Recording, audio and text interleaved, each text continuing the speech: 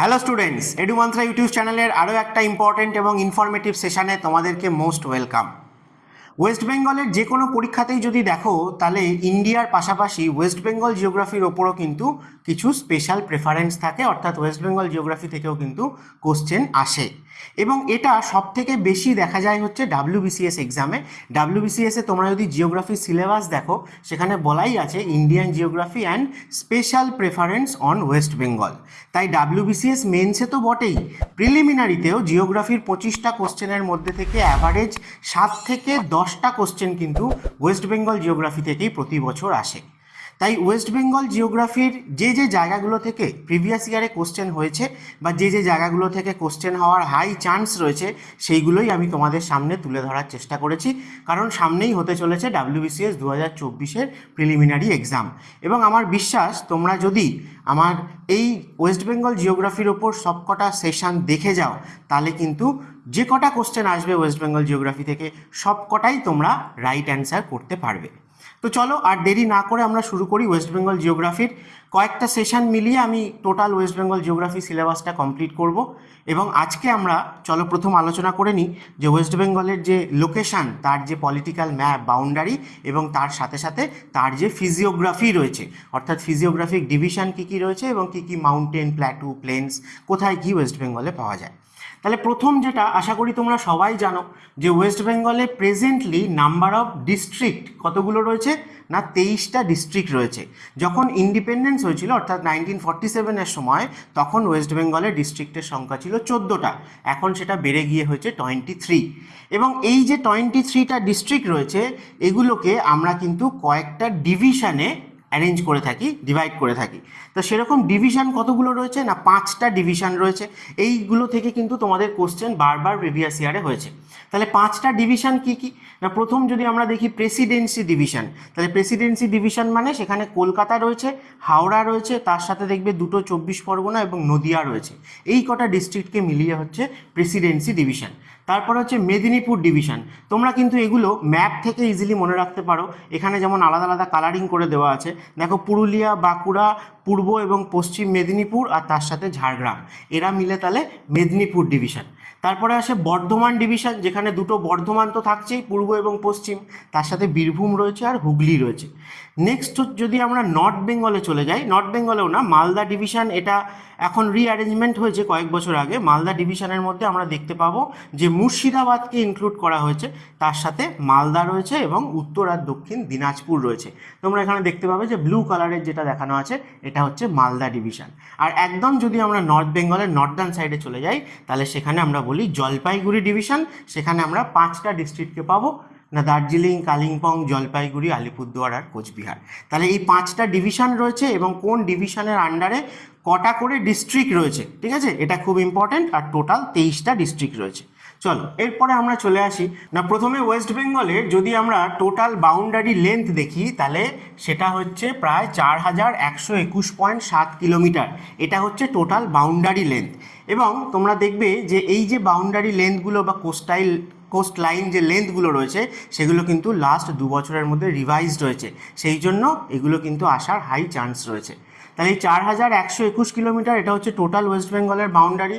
তার মধ্যে 3400 কিলোমিটার এটা হচ্ছে ল্যান্ড বাউন্ডারি, আর বাকিটা রয়েছে আমাদের কোস্ট লাইন। ওয়েস্ট বেঙ্গলের কোস্ট লাইন লেন্থ কিন্তু আগে খুবই কম ছিল, এখন সেটা বেড়ে গিয়ে হয়েছে 721 কিলোমিটার। এবং যে কটা স্টেটের কোস্ট লাইন লেন্থ ইনক্রিজ হয়েছে, রিভাইজড হয়েছে, তার মধ্যে ম্যাক্সিমাম পার্সেন্টেজ অফ ইনক্রিজ কোন স্টেটের হয়েছে বললে সেটা কিন্তু ওয়েস্ট বেঙ্গলের হয়েছে, ঠিক আছে। তা এই যে ল্যান্ড বর্ডার রয়েছে, এই ল্যান্ড বর্ডার আমরা দেখতে পাবো যে ওয়েস্ট বেঙ্গলের কিছু ইন্টারন্যাশনাল বর্ডার রয়েছে, কিছু আবার স্টেট বর্ডারও রয়েছে। তাহলে আমরা যদি আলাদা করে দেখি তাহলে 2496 কিলোমিটার এটা হচ্ছে আমাদের ইন্টারন্যাশনাল বাউন্ডারি রয়েছে। এবং কটা কান্ট্রির সাথে রয়েছে না আমাদের নেবারিং কান্ট্রি রয়েছে বাংলাদেশ, ভুটান আর নেপাল, এই 3টে। তার মধ্যে লংগেস্ট বাউন্ডারি কার সাথে রয়েছে না বাংলাদেশের সাথে আমরা লংগেস্ট বাউন্ডারিকে দেখতে পাবো। তার সাথে সাথে রয়েছে নেপাল আর ভুটান, এদের মধ্যে নেপালের সাথে বাউন্ডারি সব থেকে কম। তো এইগুলো কিন্তু পরীক্ষায় আসার মতো খুবই important information.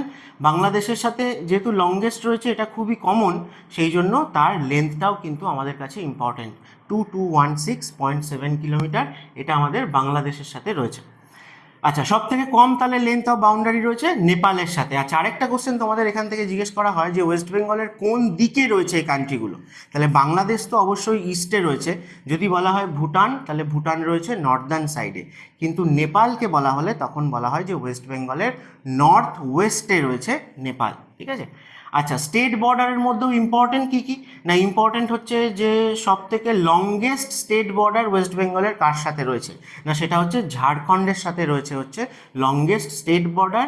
Second Orissa, third Bihar. তিনটেই তোমরা জেনে যেও, কারণ অনেক সময় ঝাড়খণ্ডটা অপশানে নাও দিতে পারে। ঠিক আছে। আর সব থেকে শর্টেস্ট যদি আমরা দেখি তাহলে বাউন্ডারি লেন্থ বা স্টেট বাউন্ডারি রয়েছে সিকিমের সাথে। ঠিক আছে, সিকিমও আমাদের একটা নেবারিং স্টেট। নেক্সট হচ্ছে যদি ওয়েস্ট বেঙ্গলের আমরা স্টেট ডাইমেনশন এবং এরিয়ার দিক দিয়ে দেখি, তাহলে টোটাল সারফেস এরিয়া খুবই ইম্পর্টেন্ট, 88,752 স্কোয়ার কিলোমিটার বা 34,267 স্কোয়ার মাইল। দুটোই কিন্তু দেখে যাও, যে কোনো একটা দিতে পারে অপশানে। তাহলে এটা হচ্ছে ওয়েস্ট বেঙ্গলের টোটাল এরিয়া। যদি র্যাঙ্কিংয়ের দিক দিয়ে আমরা দেখি যে ইন্ডিয়ার বাকি যে স্টেটগুলো রয়েছে তার মধ্যে এরিয়ার দিক দিয়ে ওয়েস্ট বেঙ্গলের র্যাঙ্ক হচ্ছে 13তম পজিশনে রয়েছে। এর আগে 14 ছিল, কিন্তু জম্মু কাশ্মীর আর লাদাখ স্টেট থেকে ভেঙে ইউটি হয়ে যাওয়াতে ওয়েস্ট বেঙ্গলের পজিশন এখন 13 হয়ে গেছে। নেক্সট হচ্ছে যে নর্থ সাউথে ওয়েস্ট বেঙ্গলের রেঞ্জ রাফলি হচ্ছে 320 কিলোমিটার। নর্থ সাউথে মানে দার্জিলিং থেকে সুন্দরবন যদি আমরা দেখি, তাহলে সেটা 320 কিলোমিটার বা 200 মাইলের মতো। আর লংগেস্ট যদি আমরা দেখি, তার ভার্টিক্যাল অ্যাক্সিসটাই হচ্ছে সব থেকে লম্বা। এই আর ওয়াইড ডিসপ্যারিটি বলছে, তাহলে এই স্টেটটার ওয়েস্ট বেঙ্গলের যদি আমরা দেখি যে তার উইথ কত, তাহলে আমরা দেখবো যে সাউথ বেঙ্গলের উইথটা অনেক বেশি, কিন্তু নর্থ বেঙ্গলের কিছু রিজিয়ন রয়েছে যেখানে খুবই ন্যারো ওয়েস্ট বেঙ্গল। ঠিক আছে।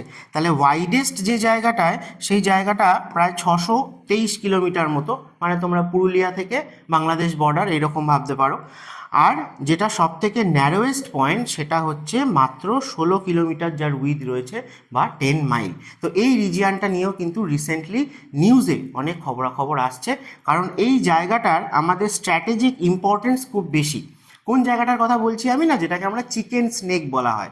তাহলে এই চিকেন স্নেক জায়গাটা কোনটা না, তোমরা ম্যাপে দেখলেও দেখতে পাবে যে এখানে দার্জিলিং ডিস্ট্রিক্টের একদম সাউদার্ন সাইডে শিলিগুড়ি যে পোর্শনটা সেটা রয়েছে, আর নর্থ দিনাজপুরের নর্দার্ন সাইডে চোপড়া বলে একটা জায়গা রয়েছে। তাহলে এটাকে শিলিগুড়ি করিডোর বা চোপড়া করিডোরও কিন্তু বলা হয়, বা অন্যভাবে চিকেন স্নেক বলা হয়। তো এই জায়গাটার কেন এত লোকেশন ওয়াইজ স্ট্র্যাটেজিক ইম্পর্টেন্স রয়েছে, তার কারণ যে এইখানে আমরা দেখব দুটো জিনিস। প্রথমত হচ্ছে এই স্ট্রিপ অফ ল্যান্ডটা দিয়েই গোটা নর্থ ইস্ট ইন্ডিয়ার যে স্টেটগুলো সেগুলো কিন্তু ইন্ডিয়ার সাথে কানেক্টেড। যদি বাই ল্যান্ড বলি, তাহলে একমাত্র এই ন্যারো স্ট্রিপ অফ ল্যান্ডটাই রয়েছে যেটা দিয়ে আমরা নর্থ ইস্টের স্টেটগুলোতে যেতে পারি। আর নেক্সট হচ্ছে যে এই ন্যারো করিডোরটার খুব কাছাকাছি 100 থেকে 200 কিলোমিটারের মধ্যে 4টে ইন্টারন্যাশনাল কান্ট্রি রয়েছে আমাদের। নেপাল, ভুটান আর বাংলাদেশ তো রয়েছেই, তার সাথে সাথে কিন্তু চায়নাও রয়েছে। চায়নার সাথে ওয়েস্ট বেঙ্গলের ডাইরেক্ট হয়তো ইন্টারন্যাশনাল বাউন্ডারি নেই, বাট খুব কাছেই সিকিমের সাথে রয়েছে চায়নার বাউন্ডারি। তো চায়না, নেপাল, ভুটান আর বাংলাদেশ এই 4টে আমাদের যে ইন্টারন্যাশনাল নেবারিং কান্ট্রি রয়েছে, সেই কান্ট্রিগুলোর বর্ডার থেকে 100 থেকে 200 কিলোমিটারের মধ্যে কিন্তু এই রিজিয়নটা পড়ে। তাই কোনো দিন যদি এই কোনো কান্ট্রিগুলোর মধ্যে কেউ একজন, মূলত চায়না, বা একজোট হয়ে আমাদের এই করিডোরটা, এই জায়গাটাকে যদি কাট আউট করে দেয়, তাহলে নর্থ ইস্টের সাথে কিন্তু গোটা আমাদের কানেক্টিভিটিটাই নষ্ট হয়ে যাবে।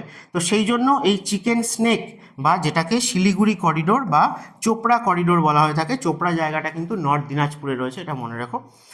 তো সেটা সেই জায়গাটাই হচ্ছে সব থেকে ন্যারোয়েস্ট ওয়েস্ট বেঙ্গলের মধ্যে। ঠিক আছে, চলো নেক্সট আমরা দেখে নিই যে জিওগ্রাফিক্যাল কোঅর্ডিনেট। এটাও তোমাদের একটু দেখে যাওয়া উচিত ইন্ডিয়া এবং ওয়েস্ট বেঙ্গল দুজনের জন্যই। যে ল্যাটিটিউডের যদি এক্সটেনশন, ল্যাটিটিউড মানে হচ্ছে আমরা নর্থ সাউথে যখন বলছি তখন, তাহলে ইন্ডিয়া নর্দার্ন হেমিস্ফিয়ারে রয়েছে, তাই ল্যাটিটিউড এখানে আমাদের সাউদার্ন আর নর্দার্ন দুটো ল্যাটিটিউডই নর্থ ল্যাটিটিউডই হবে। ঠিক আছে, অনেকের এই জায়গায় গুলিয়ে যায়, কেউ কেউ আবার সাউথেরটাকে সাউথ বানিয়ে দাও, তা কেন হবে? ইন্ডিয়ার নর্দার্ন এবং ইস্টার্ন হেমিস্ফিয়ারে রয়েছে, তাই তার সমস্ত যে ল্যাটিটিউড লঙ্গিটিউড যেগুলোই বলো নর্থ হবে বা ইস্ট হবে। তাহলে ওয়েস্ট বেঙ্গলের ক্ষেত্রে আমরা দেখব যে 21°25' নর্থ, তার মানে এটা হচ্ছে সাউদার্ন লিমিট, আর নর্দার্ন লিমিট হচ্ছে 27°13' নর্থ। তেমনি লঙ্গিটিউড যদি আমরা দেখি তাহলে ওয়েস্টার্ন মোস্ট পয়েন্ট হচ্ছে ওয়েস্ট বেঙ্গলের 85°50' ইস্ট, আর ইস্টার্ন মোস্ট পয়েন্ট হচ্ছে 89°50' ইস্ট। এই হচ্ছে ল্যাটি আর লঙ্গি ওয়েস্ট বেঙ্গলের জন্য। নেক্সট যদি বলো যে আমাদের ক্যাপিটাল, ওয়েস্ট বেঙ্গলের ক্যাপিটাল তো কলকাতা, তাই কলকাতার জন্য তোমাদের দেখে যাওয়া উচিত যে কত ডিগ্রি ল্যাটিটিউডে কত ডিগ্রি লঙ্গিটিউডে রয়েছে, ঠিক আছে। তাহলে ল্যাটিটিউড দেখো 22.5 নর্থ ল্যাটিটিউডে রয়েছে, আর 88.36, ঠিক আছে, বা 88.5 বলতে পারো, তো ততটা ইস্ট লঙ্গিটিউডে রয়েছে। এটাও কিন্তু কলকাতার জন্য খুব ইম্পর্টেন্ট। আচ্ছা, নেক্সট হচ্ছে যদি আমাদের মানে এক্সট্রিমিটিস বা লিমিটগুলো আমরা দেখি, তাহলে সেগুলো কোথায় কোথায় পড়বে না সেগুলো তোমরা আইডিয়া করতে পারো যে নর্দার্ন মোস্ট পয়েন্ট কোথায় রয়েছে না দার্জিলিং ডিস্ট্রিক্টে রয়েছে, এবং দার্জিলিং ডিস্ট্রিক্টের সিঙ্গলীলা রেঞ্জের একদম নর্দার্ন মোস্ট পিক হচ্ছে ফালুট পিক, যেটা ওয়েস্ট বেঙ্গল সিকিম বর্ডারে রয়েছে। তো সেইটাই হচ্ছে ওয়েস্ট বেঙ্গলের Northern most point Phalut. Southern most point আমরা কোথায় পাবো না সাউথ 24 পরগনায় পাবো। তো সেই জায়গাতে আমাদের নিউ মোর বলে একটা আইল্যান্ড একসময় ছিল, এখন অবশ্যই এটা জলের তলায় তলিয়ে গেছে।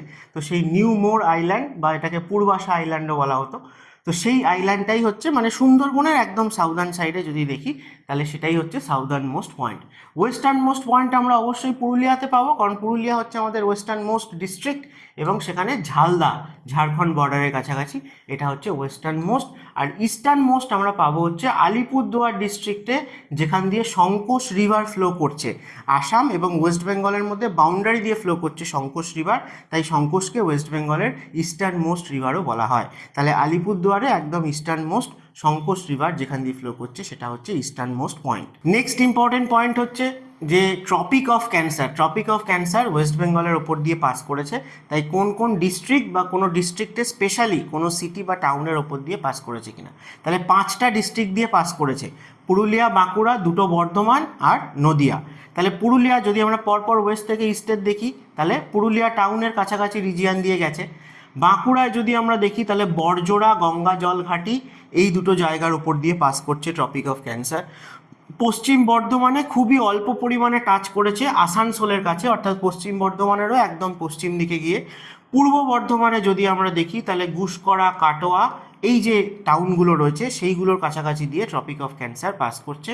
আর নদিয়া দিয়ে পাস করেছে, নদিয়ার কৃষ্ণনগর হচ্ছে নদিয়া ডিস্ট্রিক্ট টাউন, এবং ধুবুলিয়া, এই 2টো জায়গা। তাহলে 5টা ডিস্ট্রিক্ট তো অবশ্যই তোমরা মনে রেখো, তার সাথে সাথে এই জায়গাগুলোর নামও কিন্তু মনে রেখো, সেগুলোও অপশানে দিয়ে আসতে পারে। নেক্সট যদি আমরা দেখি তাহলে 1956-এর আগে এই যে বলেছে পুরুলিয়া ডিস্ট্রিক্টে এক্সিস্ট করতো না, তাহলে আমাদের যে স্টেট রিঅর্গানাইজেশন অ্যাক্ট হয়েছিল, তো সেই সময় দেখা যায় যে তারপরে কিছু কিছু কারণের জন্য আমাদের আশেপাশের যে অন্য যে স্টেটগুলো রয়েছে তাদের থেকে কিছু কিছু রিজিয়ন ওয়েস্ট বেঙ্গলের মধ্যে ইনক্লুড করা হয়।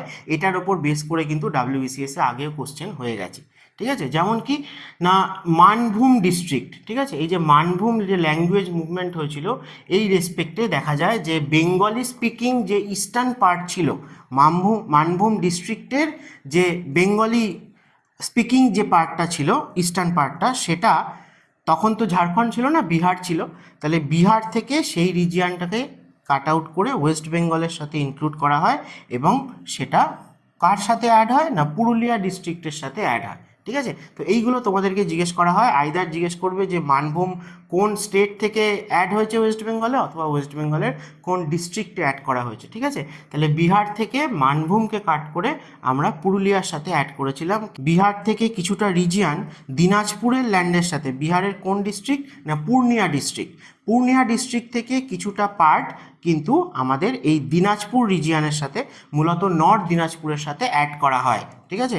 তার কারণ এই দার্জিলিং, জলপাইগুড়ি বা কোচবিহার এই যে রিজিয়ানটা ছিল, এই রিজিয়ানটার সাথে সাউথ বেঙ্গলের যে কানেক্টিভিটি সেটাই প্রায় কাট আউট হয়ে যাচ্ছিল, কারণ এখানে পুরোটাই যদি বিহার হয়ে যেত। তো সেই জন্য ওয়েস্ট বেঙ্গলকে কিছুটা ল্যান্ড বিহার থেকে দেওয়া হয়, যাতে নর্থ বেঙ্গল আর সাউথ বেঙ্গলের মধ্যে কানেক্টিভিটিটা মেনটেন করতে পারে ওয়েস্ট বেঙ্গল, ঠিক আছে। তাহলে এই 2টো খুব ইম্পর্টেন্ট, মনে রেখো।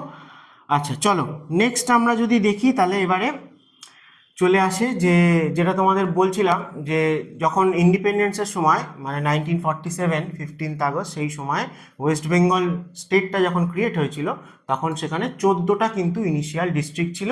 কোন কোন ডিস্ট্রিক্টগুলো ছিল সেগুলো আমি এখানে দিয়ে দিয়েছি। তারপরে আমরা দেখব যে পোস্ট ইন্ডিপেন্ডেন্স মানে 1947-এর পরে এরকম কিছু কিছু জায়গা ছিল, যেরকম ধরো কোচবিহার প্রিন্সলি স্টেট হিসেবে ছিল, সেটা পরবর্তীকালে ওয়েস্ট বেঙ্গলের একটা ডিস্ট্রিক্ট হয়। তারপরে 1954-এ চন্দননগর যেটা ফ্রেঞ্চ কলোনি ছিল সেটাও কিন্তু হুগলি ডিস্ট্রিক্টের মধ্যে অ্যাড হয়। আর এই যে 1956-এ পুরুলিয়া যেটা বললাম যে মানভূম ডিস্ট্রিক্টের কথা যেটা বললাম সেটা তাহলে লিঙ্গুইস্টিক রিঅর্গানাইজেশন থেকে বিহার থেকে পুরুলিয়াতে অ্যাড হয়েছিল। কোনটা না মানভূম ডিস্ট্রিক্ট, আর বিহারের পূর্ণিয়া ডিস্ট্রিক্ট থেকে অ্যাড হয়েছিল উত্তর দিনাজপুরে।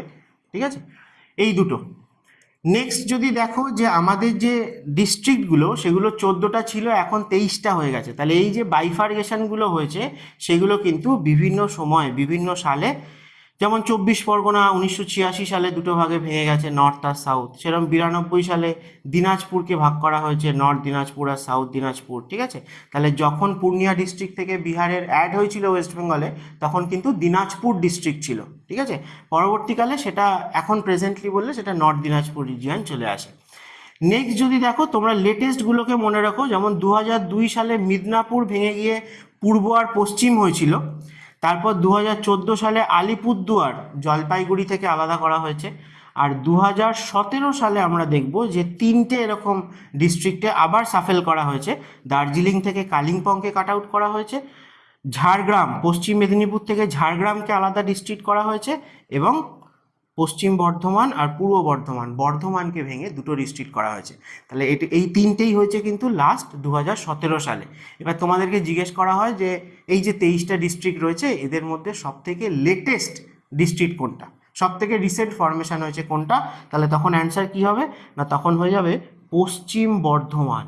ঠিক আছে, ওয়েস্ট বর্ধমান কিন্তু সব থেকে লেটেস্ট ফরমেশন হয়েছে। তাহলে ওয়েস্ট বেঙ্গল সম্বন্ধে যা যা এরকম পলিটিক্যাল ইনফরমেশন বলো বা পলিটিক্যাল জিওগ্রাফি বেসড বা লোকেশন জিওগ্রাফি বেসড ইনফরমেশন ছিল সেগুলো তোমাদের সাথে শেয়ার করলাম আজকের ভিডিওটাতে।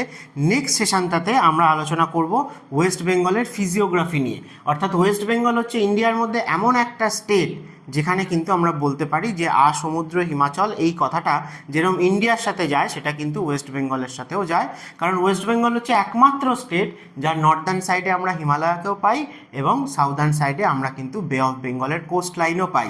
তাছাড়া বিভিন্ন টাইপের যে ফিজিওগ্রাফি অর্থাৎ মাউন্টেন বলো, প্ল্যাটু বলো, প্লেন্স বলো, কোস্টাল রিজিয়ান বলো বা আইল্যান্ডস ম্যানগ্রোভ বলো এত বড়, তো সেই সমস্ত কিছু কিন্তু আমরা ওয়েস্ট বেঙ্গলের মধ্যে পেয়ে থাকি।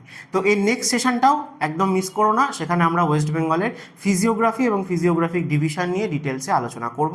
আর যদি আজকের সেশনটা ভালো লেগে থাকে তাহলে অবশ্যই একটা লাইক করে দিও এবং বাকি যারা যারা কম্পিটিটিভ পরীক্ষার অ্যাসপিরেন্ট রয়েছে তাদের সাথে অবশ্যই শেয়ার করো এবং সাবস্ক্রাইব করে দিও এডুমন্ত্রা ইউটিউব চ্যানেলকে। দেখা হচ্ছে আবার নেক্সট সেশনে।